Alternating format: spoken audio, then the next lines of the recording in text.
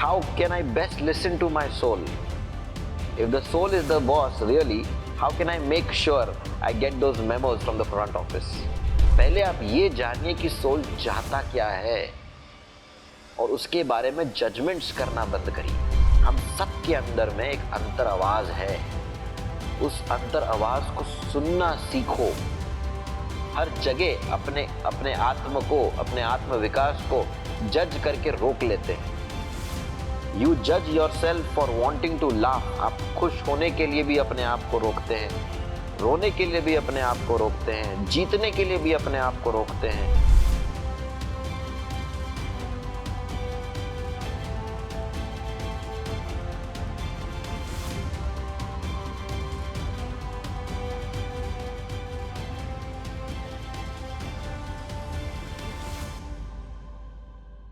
इसमें कुछ बातें हम उस बुक के करेंगे जो बहुत मुझे महत्वपूर्ण लगी, एंड उस जर्नी में हम साथ जाएंगे इस बुक को समझने की ओर। तो चलो चालू करते हैं इस बुक को। बुक का नाम conversations with God by Neale Donald Walsch. हम सब ने सुना, हम सब आध्यात्मिक रास्तों में कहीं ना कहीं सुना है कि भाई हमें अपनी आत्मा की सुननी चाहिए, लिसन टू योर सोल। तो अब ऑथर पूछता है कि हम अपनी आत्मा की कैसे सुने। How can I best listen to my soul? If the soul is the boss, really, how can I make sure I get those memos from the front office? तो इसमें भगवान कहते हैं, the first thing you might do is get clear about what the soul is after and stop making judgements about it. पहले आप ये जानिए कि सोल चाहता क्या है और उसके बारे में जजमेंट्स करना बंद करिए। हम सब के अंदर में एक अंतर आवाज है, उस अंतर आवाज को सुनना सीखो, अपने मन को शांत करना सीखो। और जब उस अंतर आवाज जो चीज कहती है उसे फिर जजमेंट करना छोड़ो, उसे भागना छोड़ो कि ये सही है गलत है। अंदर की आवाज आपको हाईएस्ट पाथ पे ही ले जाएगी। तो ऑथर बोलता है, तो क्या I make judgements about my own soul, मतलब मैं अपने ही सोल को जज करता हूं? कहता है हर समय, भगवान कहता है कॉन्स्टेंटली, आप हर पल हर जगह अपने आत्म को, अपने आत्म विकास को जज करके रोक लेते हैं। यू जज yourself for wanting to laugh. आप खुश होने के लिए भी अपने आप को रोकते हैं, रोने के लिए भी अपने आप को रोकते हैं, जीतने के लिए भी अपने आप को रोकते हैं और हारने के लिए भी। आनंद को महसूस करने के लिए भी अपने आप को रोकते हैं, प्रेम को भी आप अपने अंदर महसूस करने के लिए रोकते हैं। स्पेशली लव, डू यू जज योर सेल्फ फॉर दैट? तो वो बोलते आई डू, क्या मैं ऐसा करता हूं? कहते हाँ, कहीं ना कहीं आपने ये चीज मान लिया कि अपने आप को आनंद से वंचित रखना ही भगवंता है। That not to celebrate life is heavenly। कहीं ना कहीं आपने ये मान लिया आनंद को अलग करना ही अब भगवंता है। Denial, you have told yourself is goodness। तो आप क्या, तो वो पूछता है ऑथर, तो क्या आप कह रहे हो ये गलत है करना? कहते हैं गलत और बुरा और सत्य कुछ नहीं है, ये सिंपली अज्ञानता है। If you feel good after denying yourself, then in your world what is goodness? If you feel bad, then it is badness। Most of the time you can't decide. You deny yourself this or that because you tell yourself you are supposed to। कोई भी चीज को आप महसूस नहीं कर पा रहे। अगर कोई चीज नहीं सही लग रहा है तो वो सही नहीं है। कोई चीज अगर आप महसूस कर रहे हैं गलत लग रहा है तो वो गलत है।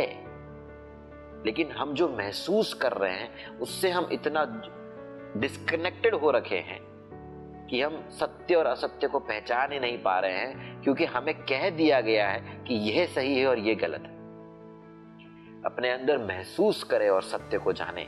जो चीज अंदर महसूस हो रहा है अच्छा, वो सही है। जो चीज अंदर नहीं अच्छा महसूस हो रहा है वो गलत है। सिंपल, ये सिंपल तरीके हैं हमारे महसूस से, हमारे फीलिंग से हम अपने आत्मा को सुन। कई बार मैं लोगों को पूछता हूं कि आपने नॉनवेज क्यों छोड़ा? जब आप जानवर को कटते देखते हैं तो आपको कैसा लगता है? चाहे वो आदमी कितना ही बड़ा नॉनवेज हो, किसी को भी वो देखते अच्छा नहीं लगता है। क्यों नहीं लगता है? तभी समझ जाना चाहिए कि ये चीज गलत है। लेकिन अब हमारे ग्रंथों में जो लिखा है वही सही है। किसी के ग्रंथ में लिखा है खा सकते हैं तो वो सही है, किसी के ग्रंथ में लिखा है खा नहीं सकते हैं तो वो सही है। ग्रंथों को फॉलो ना करें। अपने आत्म, आपके अंदर में आत्मा है जिसके अंदर में वो सारी दिव्य क्वालिटीज हैं, जिससे आपको स्वयं पता चल सकता है कि आपके लिए क्या सही है और आपके लिए क्या सही नहीं है। वो कहते हैं लर्न, अपने पहचानो अपने आप को कि आपका सोल का क्या डिजायर है और उसके साथ आगे बढ़ो। सोल के डिजायर को कैसे जाने? आगे बताया गया है इसी पुस्तक में कि ध्यान वो मार्ग है जिससे हम अपने मन को, हमारे विचारों को, हमारे जजमेंट्स को शांत कर सकते हैं। और जब हम इसको शांत कर देते हैं तो सिर्फ एक ही चेतना रहती है, आपकी आत्म चेतना। और जब वो बोलती है तब आप उसे सुन पाते हो। ऐसा नहीं है कि आपके अंदर आत्म चेतना नहीं है, बस आप उसे सुन नहीं पा रहे हो। तो सुनने का रास्ता है ध्यान। ध्यान अपनाएं और अपने सोल के डिजायर कॉलिंग को सुने। Learn what is the soul's desire and go with that. Go with the soul, what the soul is after. तो अब यह बताना चाहते हैं कि अस्तित्व में हर आत्मा क्या चाहता है। हर आत्मा चाहता है the highest feeling of love you can imagine. हम सिर्फ और सिर्फ, हमारी आत्मा प्रेम चाहती है, सत्य को चाहती है, आनंद को चाहती है। This is the soul's desire, this is its purpose. यही इसका पर्पस है। The soul is after the feeling not the knowledge.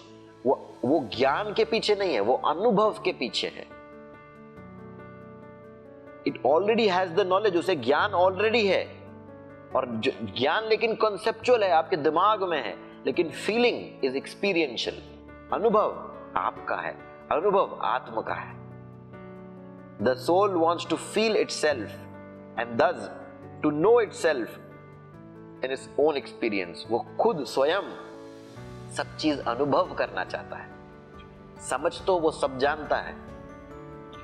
The highest feeling और सबसे उच्च फीलिंग क्या है, सबसे उच्च अनुभव क्या है? वो है हर चीजों के साथ एक हो जाना। The highest feeling is the experience of unity with all that is. इस संपूर्णता में, इस संसार में हर चीजों के साथ एक हो जाना। This is the great return to truth for which the soul yearns, जिसके लिए आत्मा तड़पती है। This is the feeling of perfect love. ये कहते हैं कि हम जब संपूर्ण हर चीज के साथ मिल जाते हैं, उसी को परफेक्ट लव कहते हैं। और यही हमारा आत्मा चाहती है। Perfect love is to feeling that perfect white is to colour.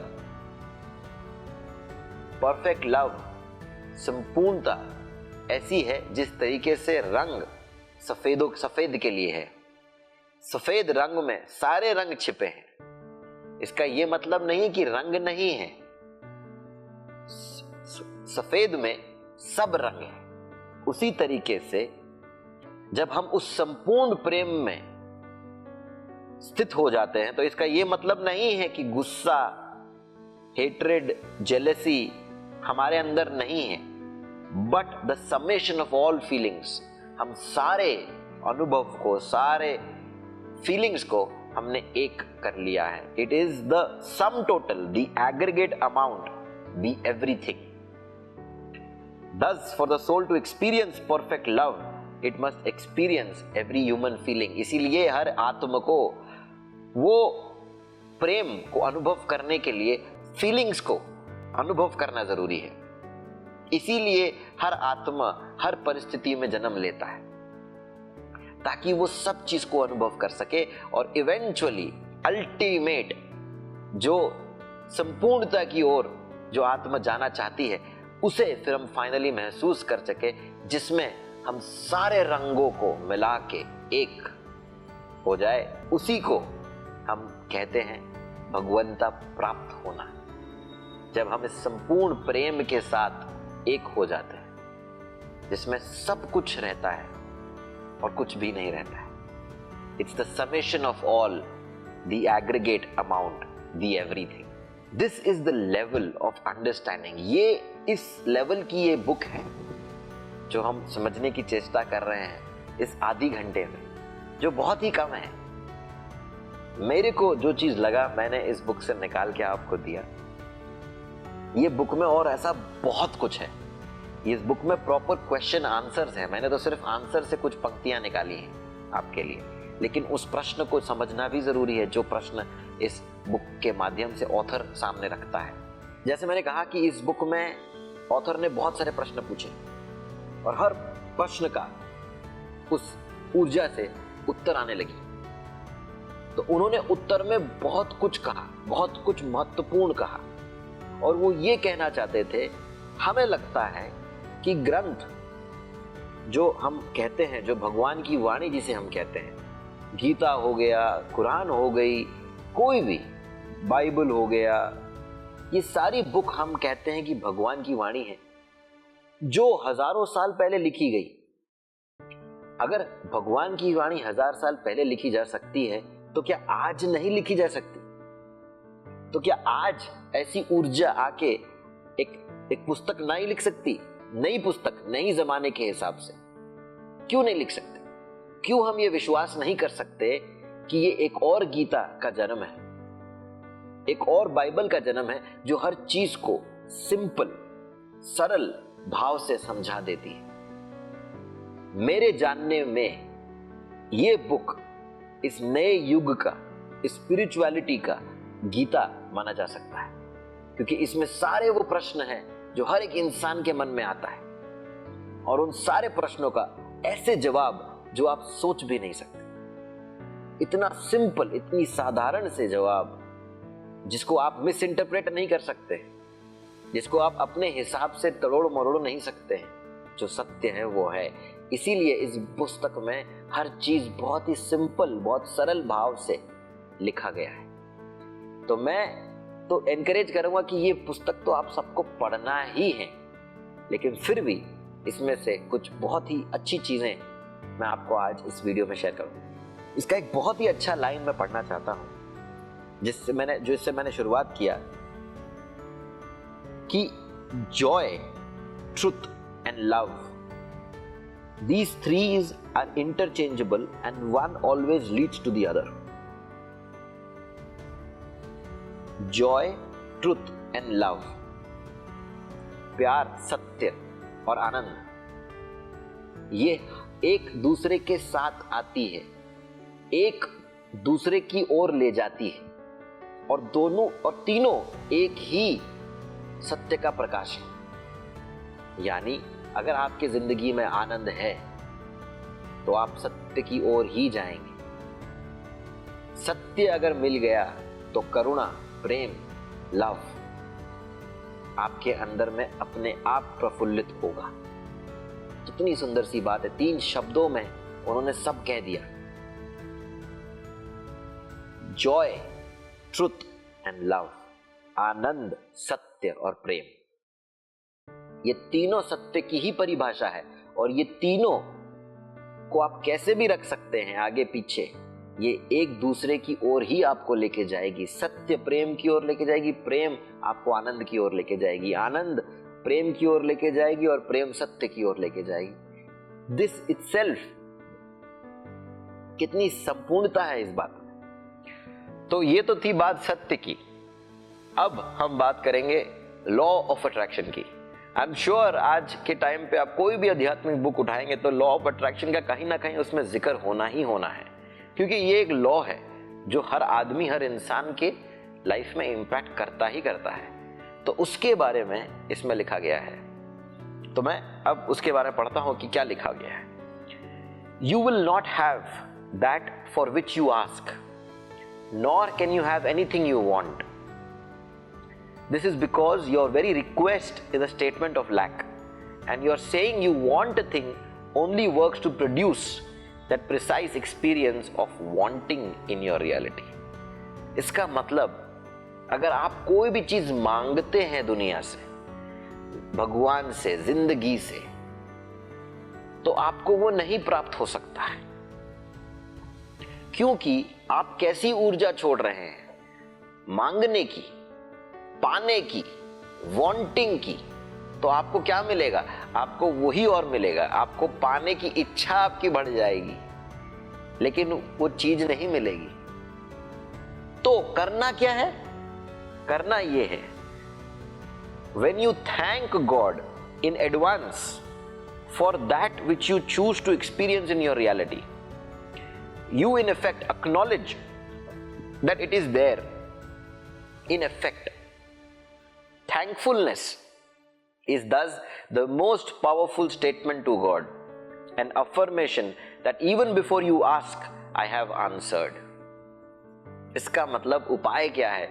मांगना नहीं है, हमें थैंक यू बोलना है, हमें कृतज्ञ फील करना है हमारे अंदर, कृतज्ञता, gratitude for what we already have, जो हमारे पास ऑलरेडी है उसके प्रति जब हम कृतज्ञ होते हैं, जब हम खुश होते हैं, जिसके लिए हम उन्हें थैंकफुल होते हैं, तब इसका मतलब आपने ऑलरेडी स्वीकार कर लिया कि आपके पास संपूर्णता है। तो वैसे ही तरंगे आपकी छुटती हैं और संपूर्णता ही आपकी जिंदगी में कंटिन्यूअस बनी रहती है। सो लॉ ऑफ मैनिफेस्टेशन में इसमें लिखा गया है कि अगर आप मांगते रहेंगे तो मांगने की इच्छा आप में बढ़ती रहेगी और मांगने की एनर्जी कंटिन्यू रहेगी आपके ऊर्जा से। तो मांगना नहीं है, हमें अपने अंदर कृतज्ञ महसूस करना है जो हमारे पास ऑलरेडी है, और जो नहीं भी है उसे भी ऐसे महसूस करना है जो ऐसे कि हमने ऑलरेडी उसे प्राप्त कर चुका है। तो उसका मतलब हम खुश ही हैं, हम लैक फील नहीं कर रहे हैं, हम संपूर्ण महसूस कर रहे हैं। संपूर्णता को आकर्षित करेगी। तो फॉर एन एग्जाम्पल, आपके पास गाड़ी नहीं है, हम बोलेंगे मुझे गाड़ी चाहिए, मुझे गाड़ी चाहिए, मुझे गाड़ी चाहिए, तो सिर्फ ये चाहत आपको और मिलेगी। अगर हमें सच में चाहिए तो हमें कृतज्ञ होना पड़ेगा कि हमारे पास गाड़ी ऑलरेडी है, it is already in effect. You acknowledge that it is already there in effect. Thankfulness thus is the most powerful statement to God, an affirmation that even before you ask, I have answered. ये एक affirmation है कि ये नियम, ये कानून, ये law of attraction तो काम करता ही है। मुझे उस पर इतना विश्वास है कि मैं जानता हूं कि मुझे तो ये मिलना ही है, तो वो मिलेगा। You are not discovering yourself, but creating yourself anew. Seek therefore not to find who you are, but seek to determine who you want to be. हमें ये नहीं खोजना है कि मैं कौन हूं, आप अपने अंदर में ये खोजिए कि सच में आप क्या बनना चाहते हैं। और सिर्फ इतना नहीं, it is your soul's only desire to turn its grandest concept about itself into its grandest experience. आपके मन में आप ही के प्रति, अपने आप के प्रति आपका जो सबसे उच्च विचार है, your grandest vision about yourself, आपको उसको अनुभव करना है अपने इस जिंदगी में। क्योंकि until concept becomes experience, all there is speculation.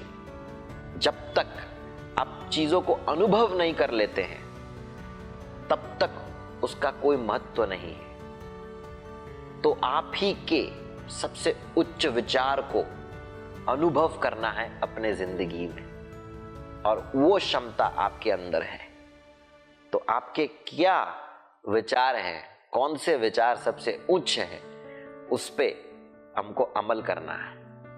वही हमें सत्य की ओर लेके जाएगा। आप ही के उच्च विचार है, जिसे हम कहते हैं आध्यात्मिक विकास, एवोल्यूशन का अर्थ क्या है? Knowing, experiencing and being, this is the Holi Trinity, the triune that is God. Knowing, experiencing, being. 3 पड़ाव हैं हर जानकारी का, हर नॉलेज का। एक ज्ञान को समझना, नोइंग। एक है ज्ञान को या सत्य को अनुभव करना, और तीसरा उस सत्य में स्थित होना, being. Knowing, experiencing and being. Knowing, आपने जान लिया कि हम सब एक हैं, वी आर ऑल वन, हम सब जुड़े हुए हैं, हम सब एक हैं। इसको जानना एक पड़ाव है, अंतिम नहीं। आपने जान लिया कि हम सब एक हैं, वो शुरुआत हुई। दूसरा, अनुभव करना, एकता को हमारे अंदर, हर एक इंसान के प्रति, हर एक इंसान के अंदर उस एकता को, उस वननेस को अनुभव करना हर पल में, वो है एक्सपीरियंसिंग। एंड बीइंग, बीइंग मतलब उस एकता में, उस सत्य में अपने आप को परमानेंट स्थित कर लेना को बीइंग बोलते हैं। तो ये 3 पड़ाव है आध्यात्मिक विकास के। कोई भी एक्सपीरियंस को, कोई भी नॉलेज को पहले जानना है, फिर अनुभव करना है, और फिर उसमें स्थित होना है, तब वो पड़ाव कंप्लीट होती है। Beautiful, isn't it? इतने सुंदर तरीके से लिखा हुआ है इसमें। कोई भी चीज बदलने का कारण ये नहीं है कि वो चीज गलत है, वो सिर्फ इसीलिए आप नहीं कर रहे हो या नहीं करना चाहिए क्योंकि अब वो मेरे विचारों के से मिलता नहीं है। It is no longer makes an accurate statement of who you are. जो मैं हूं उसके साथ ये नहीं जुड़ रहा है, इसीलिए मैं वो नहीं करना चाहता। इसका यह महत्व नहीं है कि वो कोई भी चीज गलत है इस दुनिया में। There is only one reason to do anything. कोई भी चीज करने के लिए आपके जिंदगी में एक ही कारण है, और वो कारण है as a statement to the universe of who you are, कि मैं क्या हूं। हर एक्शन, आपके हर एक्शन के पीछे एक ही कारण हो सकता है, इज आप डिफाइन करते हो, आपके हर एक्शन से आप डिफाइन कर रहे हो कि आप कौन हो। तो आप कौन हो और आपके कौन से एक्शन से क्या डिफाइन हो रहा है। So we have to understand who you are by your own actions. Pain results from a judgement you have made about a thing. किसी चीज को आपने जज कर लिया है, इसलिए आपको बहुत दर्द हो रहा है अंदर। Remove the judgement and the pain disappears. Judgement हटा दीजिए और वो दर्द खत्म हो जाता है। कितनी गहरी बातें हैं ये। एक एक लाइन में लिबरेशन है, मुक्ति है दर्द से, पेन से। पेन इसीलिए हो रहा है क्योंकि किसी चीज को लेके हमने बहुत उसमें जजमेंट डाल दिया है, इसीलिए दर्द हो रहा है हमें। आप जजमेंट हटा दो तो दर्द खत्म। हमें लग रहा है कि कुछ बहुत गलत हुआ है हमारे साथ किसी ने बहुत गलत कर दिया, जजमेंट कर दिया हमने, गलत गलत गलत गलत गलत, इसलिए दर्द ज्यादा हो रही है। उसे हटा दो, दर्द खत्म। Pain results from judgement you have made about a thing, remove the judgement and the pain disappears. क्या बात है। Again now a beautiful statement in the book, जो मैं बोल रहा था पत्री जी के बारे में, जो सर हमको हर समय बोलते आ रहे हैं। You are the creator of your reality and life can show up no other way for you than that way in which you think it will. आपके जिंदगी में, आपके जिंदगी को निर्माण आप ही स्वयं करते हैं, और ऐसा कुछ भी नहीं हो सकता आपके जिंदगी में जैसा आपने नहीं सोचा। आपका सोच के अनुसार ही आपकी जिंदगी निर्मित होती है। तो इस बुक को अगर समझना चाहते हैं और ये सारी ज्ञान को प्राप्त करना चाहते हैं तो एक ही उपाय है, ये बुक पढ़ना पड़ेगा और इसे आप छोड़ नहीं सकते। मैं आप सबको हाथ जोड़ के नमन करता हूं कि ये बुक, कोई और बुक पढ़े ना पढ़े, ये पुस्तक अब 100% अपने आध्यात्मिक विकास के लिए महत्वपूर्ण है। ये बुक तो पढ़ना ही पढ़ना है। मेरे साथ जितने लोग जुड़े हैं और जितने लोग मुझे पूछते हैं कि कौन सा बुक पढ़ना चाहिए, तो मैं सबको सिर्फ एक ही बुक बोलता हूं, वो ये है। इसके 4 अध्याय हैं। ये बुक 1 है सिर्फ, conversations with God by Neale Donald Walsch. Book 1, book 2, 3, 4 सब पढ़ना है। एक बार आप बुक 1 पकड़ लोगे तो मुझे आपको आगे की पुस्तकों को पढ़ने के लिए बोलना नहीं पड़ेगा। तो प्लीज ये बुक आप स्वयं पढ़ें और इसका लाभ स्वयं उठाएं। बहुत ही अद्भुत पुस्तक है ये। तो चलिए इसके साथ मैं आपसे विदा लेता हूं। एंड इस पुस्तक के साथ और इस जितने भी ज्ञान मैंने आपको इसकी पुस्तक के माध्यम से बताया, उसे आप ग्रहण करें एंड अपने जिंदगी में उतारें और इस पुस्तक को पढ़ें। तब तक के लिए बहुत बहुत धन्यवाद। फिर मिलेंगे पीएमजी हिंदी में। धन्यवाद।